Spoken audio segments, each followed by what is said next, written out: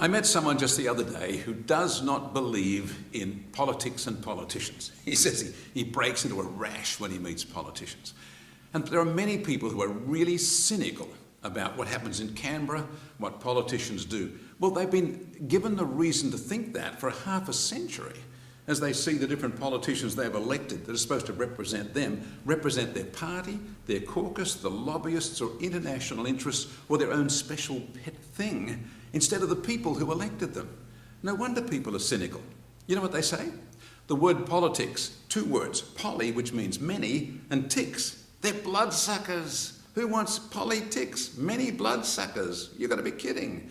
So there's a real cynicism, and there's good reason, because you see, with party politics, especially the lie of the two-party system, which was never in our Constitution. Parties weren't even in our Constitution.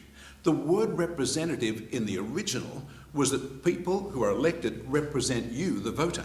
But in our two-party system, you either represent the left or you represent the right, which means that you're going to be disadvantaging half the people in your electorate straight away, because there tends to be a pretty decent balance between left and right across the whole of the nation. So how can they say they're representatives when at best they're representing just a little more than half of the population?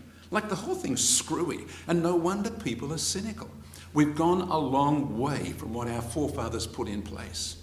But at law, in the High Court in Australia, the ultimate law in Australia is that constitution that was put in place over 100 years ago. That is the law. That's the foundation on which we stand as a nation. And in that foundation, you've got to elect people who will represent you, not their party, or what their caucus tells them to do, or what lobbyists or bribers or other influencers are trying to make them do, or what they're being told by global masters on the other side of the planet. The representative has to represent you. Now, in the Australian Federation Party, every person who stands as a candidate has to commit that they will invest themselves in representing their community, representing the people, the electors who put them in place.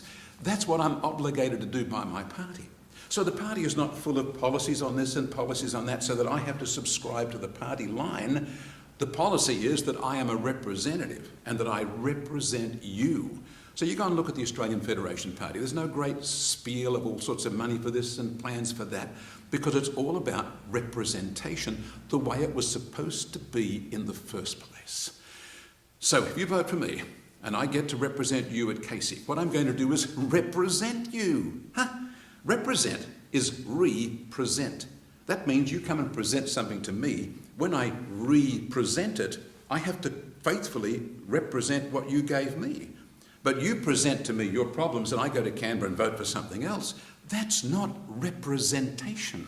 That's exploitation. That's lying, cheating, deceiving. That's betraying people. It's probably treason.